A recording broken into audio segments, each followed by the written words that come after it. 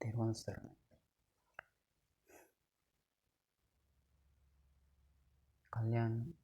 කල්යාණ මිත්‍රයන්ගේ ආශ්‍රය කොහොමද අපට ප්‍රයෝජනවත් වෙන්නේ?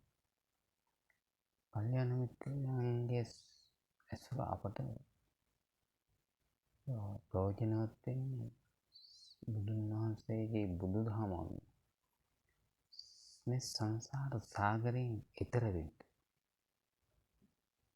එතර වෙන්න මඟ කියලා දෙන්න පුළුවන් කෙනෙක් ඉන්නවා නම් අන්න ඒක කල්යාණ මිත්‍ර ඇසුර. කල්යාණ මිත්‍රය. අපට ඒ කල්යාණ මිත්‍රයාගේ ආශ්‍රය අවශ්‍ය වෙන්නේ පංචස්කන්ධයි. ආත්ම ස්වභාවය අපි නොදන්න හින්දා ආත්ම ස්වභාවය අපි ගන්නවා. ඒ ආත්ම ස්වභාවය අපි ගන්නේ නොදන්නකම හින්දා. ඒක පහදලා දෙන්න නොදන්නකම අපට පහදලා දෙන්න. ඊට පස්සේ ආත්ම ස්වභාවයෙන් මෙදින අනාත්ම ස්වභාවය අපට කොහොමද අනාත්ම ස්වභාවය මේක දකින්නේ කියන එක පැහැදිලි කරලා දෙනවා නම් අන්න එයා බුද්ධ ශාසනයේ ඉන්න කල්යාණ මිත්‍රයා. ඒ කල්යාණ මිත්‍රයා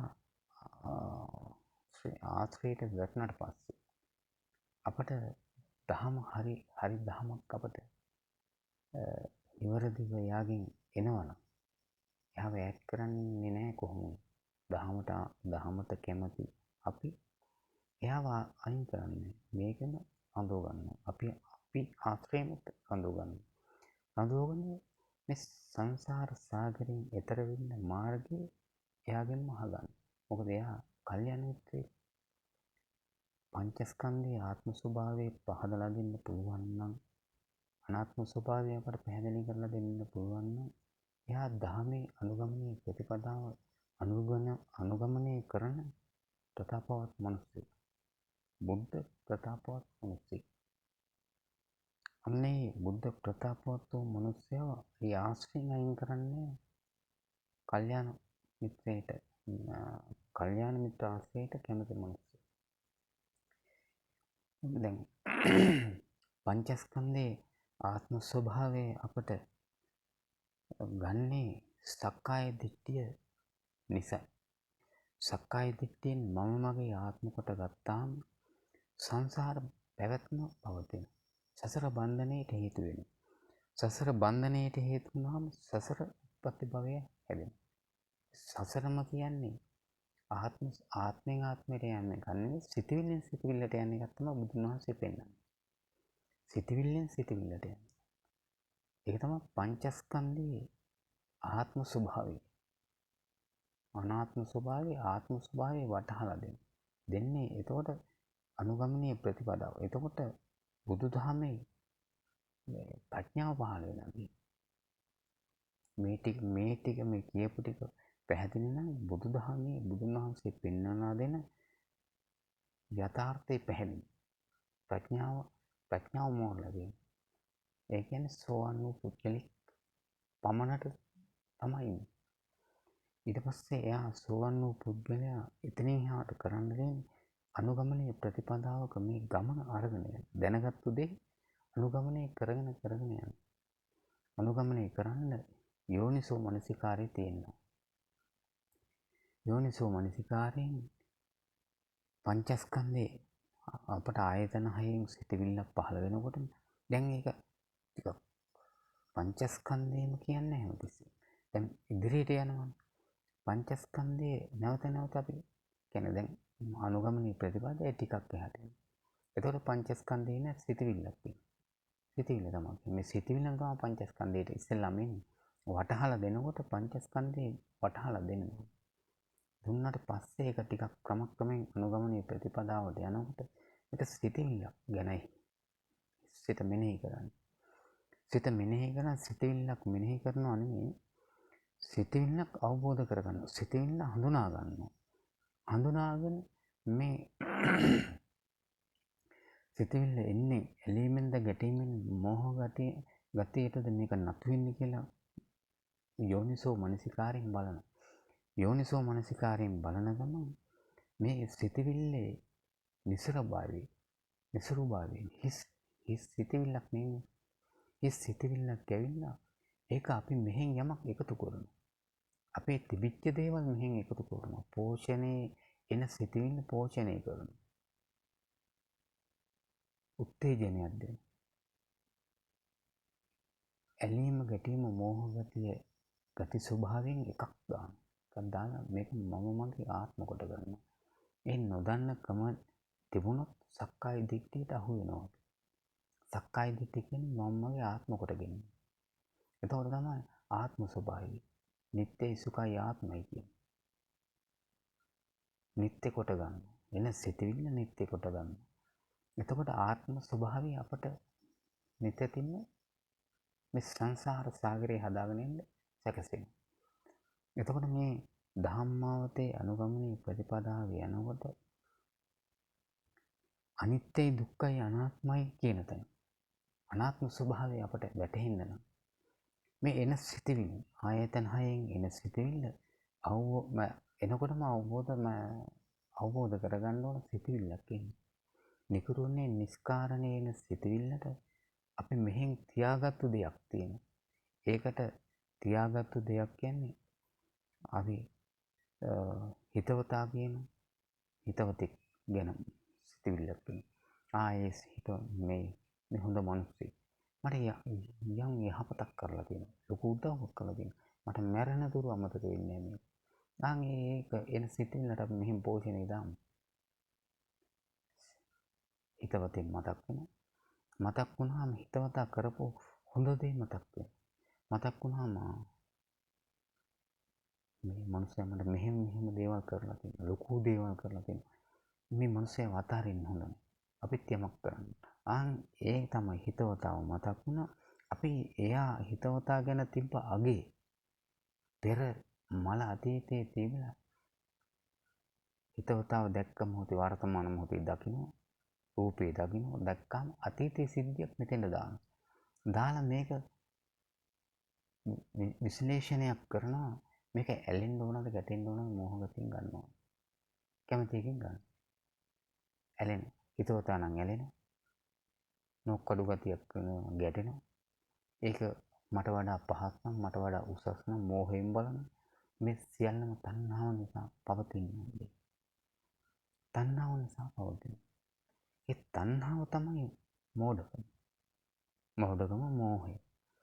මෝහය තනියම තියෙනවා. මම දිහා බලලා ලෝකෙම ඉන්න ලෝකයේ දිහා බලලා මාවම ඉන්න. ඒක තමයි මෝහය. මෝඩකම තමයි. එතකොට මේ සසර දනව්වෙන් ඈතර වෙන්න නම් මාර බන්ධනයේ විශේෂ මාරයෙක් කියලා බුදුහාමුදුරුවෝ දේශනා කරලානේ. මාරයෙක් කියලා හඳුන්වන්නේම මේ එන නිකුරුණේ එන සිතවිල්ල.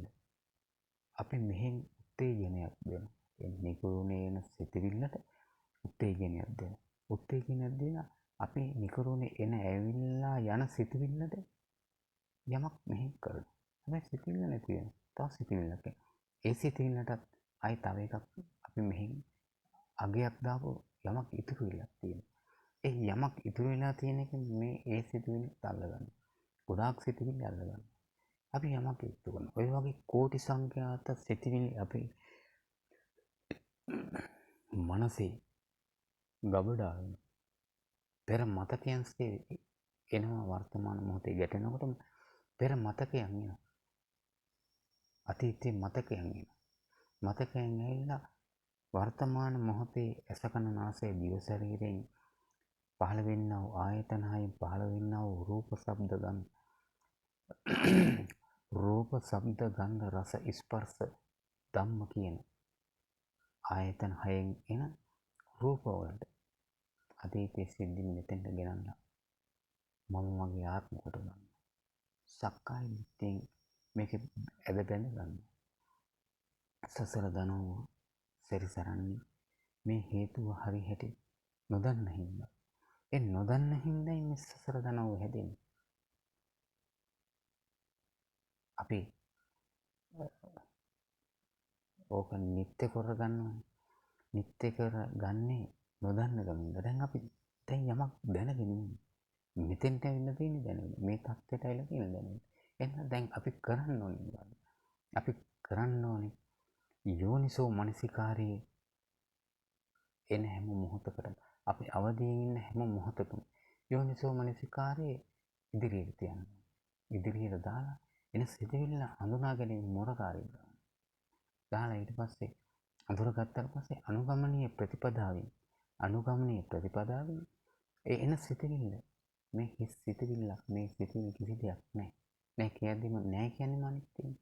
නෑ කියන තැන අනිත්‍යයි. සිතුවිල්ල ඉන්නලා යනවා. ස්වභාවයෙන් එන සිතුවිල්ල ස්වභාවයෙන්ම නැතිලා යනවා. අපි ඒක යමක් මෙහි උත්තේජනයක් දැම්මොත් කර්මයක් පළවෙනවා. කර්මයක් ඉතුරු වෙනවා.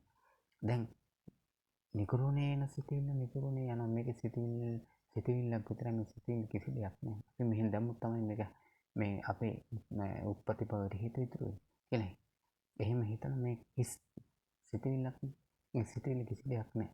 මේක අනිත්‍යයි, නිට්ටය නෑ කියලා හිතපු ගමන් මේ සිතුවිල්ල යනවා. අන්න ඒක තමයි අනිත්‍ය සංඥාව. අවංගෝක තමයි අනිත්‍ය. සියලු සංස්කාරයන්ගේ අනිත්‍ය දකින්න කියලා බුදුන් වහන්සේ දේශනා කළා තියෙනවා. සියලු සංස්කාරයන්ගේ අනිත්‍ය කියන්නේ සියලු සිතිවිල්ලෙහි අනිත්‍ය දකින්න. අනිත්‍ය දැක්කම කර්මඵලයක් ඉතුරු වෙන්නේ නැහැ. කර්මයක් ක්ෂය කිරීමේ කර්මය තමයි බුදුන් වහන්සේ ලෝකෙට දේශනා කරන්නේ. කර්මයක් ක්ෂය කිරීමේ කර්මයක් තමයි බුදුන් වහන්සේ දේශනා කරන්නේ. ඒ කර්මයක් මෙතන ඇති වෙන්නේ නැහැ. සිතිවිල්ලක් වෙන සිතිවිල්ලට අපි සිතිවිල්ල දිහා යෝනිසෝ මනසිකාරයෙන් සීයෙන් සම්මා සතියෙන් බලාගෙන එන්නේ සිතිවිල්ල කිසි දෙයක් නෑ. මේක මම මේකට යමක් එකතු කරුවොත් තමයි මේකේ යමක් ඉතුරු වෙන්නේ. එහෙම හිතලා මේ ආයෙනම් මේ සිතිවිල්ල නිකන් මේ සිතිවිල්ල කිසි දෙයක් නෑ. මම යමක් කරුවොත් තමයි මේ සිතිවිල්ල මගේ වෙන්නේ. එහෙනම් සිතිවිල්ලට යන්න තියෙන්නේ. අයි සිතිවිල්ල මගේ කරගන්නේ. ඒක මේ සිතිවිල්ල අයින් වෙලා යනවා. කර්මයක් ක්ෂය කිරීමේ කර්මය තමයි බුදුන් වහන්සේ දේශනා කළේ. කර්මයක් කරනවා නම් පාප කර්ම, පුණ්‍ය කර්ම, ධ්‍යාන කර්ම වෙන්නවා. ඒ කර්ම තුනෙන් එකක්වත් සිද්ධ වෙන්නේ සිතිවිල්ල දිහා බලලා සිතිවිල්ල අයින් කරගන්න. ඕක තමයි කල්යාණ මිත්‍රයාගේ ඇසුර. ඔය දේ පැහැදිලි කරලා දෙනවනම් නිතර මෙනෙහි කරන්න කියනවනම් තමන් එන සිතිවිල්ලට අහු වෙනවනම් අහුණා නේද මිත්‍රයා කියලා පහුවෙලා හරි කියනවනම් තමන්ට එන සිතිවිල්ල අහුවෙලා ටිකක් අපි මේකේ දෝලනය වෙනකොට මටම වැටහෙනවනම් මං අහුවෙලා තමයි අයින් වෙන්න ඕනේ. ඊළඟ සැරේ આવුත් නම් අහුවෙන්නේ නැහැ. කියලා එහෙම ටික එක සැරේන් අයින් කරන්න බෑ. මේක හිත පුරුද්දක් තියෙනවනේ. එන සිතිවිල්ලට අපි යමක් එකතු කරලා මේ සසර දනව හදාගන්න තියෙනවා. සිතිවිල්ල තලු මර බැලීමේ හුරුවක් අපේ සංසාර ගමනේ තිබෙනවා. ඒක නිසා මේක එක ගමනින් කඩන්න බෑ. ටික බල මේක කඩන්න පුළුවන්. සසර දනවේ සැරි සරන්න නම් සිතිවිල්ල ඔහේ ආපුදු අපි මෙහෙන් එකතු කරගන්න. හැබැයි සසර දනවෙන් අයින් වෙන්න නම් ඔහේ එන සිතිවිල්ල ඔහේ යන්න දෙනවා මිසක් අපි මෙහෙන් යමක් එකතු කරන්නේ නැතුව ඉන්නවා. අපි මෙහි ඔහේ එන සිතිවිල්ලට නිකුරුනේ එන සිතිවිල්ලෙන් අපි මෙහෙන් යමක් එකතු කෙරුවොත් තමයි සසර දනව හැදෙන්නේ. නිකරුණේ එන සිතිවිල්ලෙන් අපි මෙහි යමක් එකතු කෙරුවේ නැත්තම් කිසි දෙයක් එකතු වෙන්නේ නැහැ. ඕක තමයි කල්යාණ මිත්‍රයන් නිතර දෙවිලි අපට පැහැදිලි කරන්නේ. පැහැදිලි කරන්න ඕනේ කල්යාණ මිත්‍රයාගේ ඔය දේම තමයි. හොඳ කල්යාණ මිත්‍ර ඇසුරෙන් අපි ඈත් වෙන්නේ නැත්තේ අපට වර්ධින තැනදී කියලා දෙනවා. වර්ධින තැනදී කියලා දෙනවා. මේ සසර හැදී අහුණන්නේ මිත්‍යා. අහු වෙන්න එපා. මෙහෙමයි අහු වෙන්නේ. එතකොට අනුගමනයේ ප්‍රතිපදාවට ආය අර පරණ යහපත් පිළිවෙලට වැටෙනවා.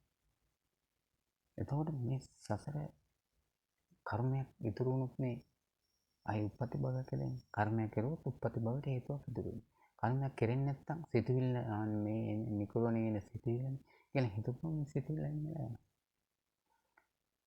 කල්යාණ මිත්‍රයාගේ යුතුයකම හා වගකීම. කල්යාණ මිත්‍රයේ ඇසුරේ වටිනාකම මේ මිත්‍ර. තව තියෙනවා. පස්සේ ඊළඟ වීඩියෝ එක මම පැහැදිලි කරන්න. තෙරුවන් සරණයි.